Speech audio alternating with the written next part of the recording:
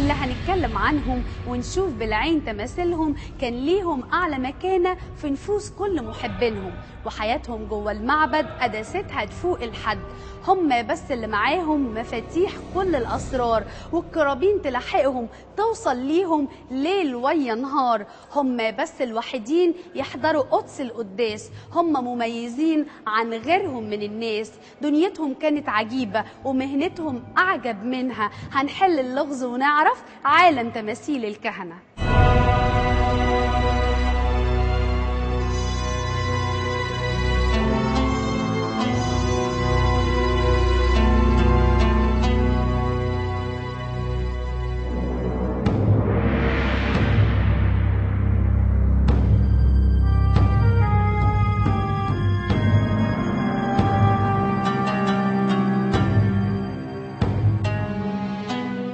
وظيفة الكاهن كانت من أهم الوظائف عند المصريين القدماء، وكانت وظيفة الكاهن بتدوم طول مدة حياة صاحبها، وكانت الاحتفالات بالطول عند تقديس رئيس الكهنة لمدة 7 أيام.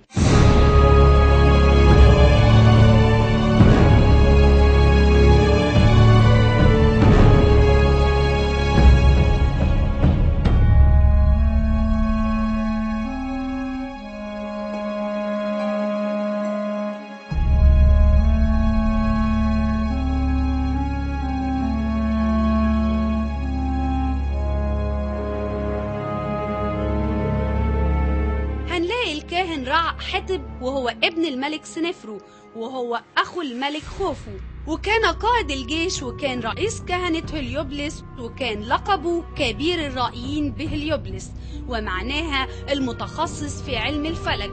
اسمه معناه الإله رع مطمئن، وهو جالس إحدى يديه على صدره والأخرى على ركبته.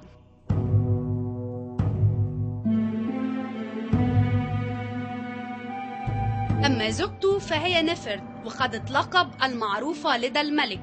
وكلمة نفرت تعني الجميلة، وتمثل سيدة جالسة على مقعد بمسند طويل للظهر، وترتدي رداء طويل حابك وباروكة شعر. حكايتنا النهاردة عن عالم مليان بالحكمة في قلب المصريين، وعن فئة من الشعب متميزين هم بس المسؤولين، وهم حلقة الوصل بين الآلهة وبين الناس.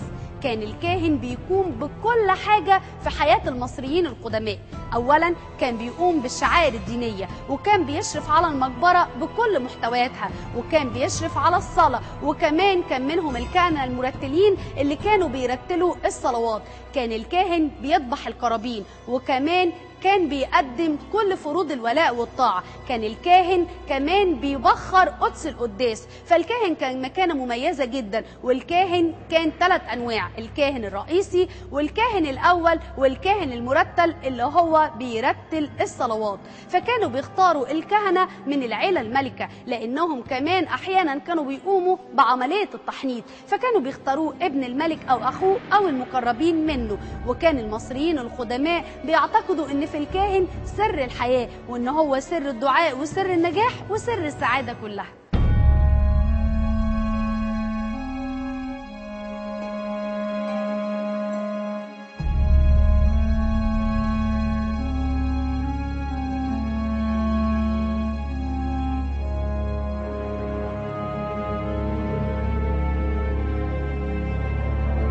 وهنا صورة للكاهن مصور نفسه بهيئة طبيعية بدون شعر وممتلئ البطن، والنكبة طويلة، والنكبة هي رداء الوسط، ومقدم رجله اليسرى على القاعدة.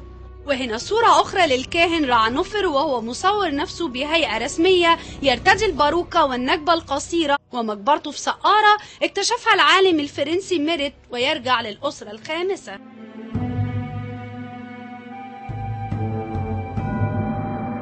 كنا معاهم مع تماثيلهم، بنعيش دنياهم وحياتهم. شفنا ازاي تماثيل الكهنة كانت ليها مكانة عظيمة. عاشوا حياتهم جوه المعبد مع أسرار غامضة وخطيرة، وقفلوا على السر وأبوابه، وراحوا بعيد وسابونا في حيرة.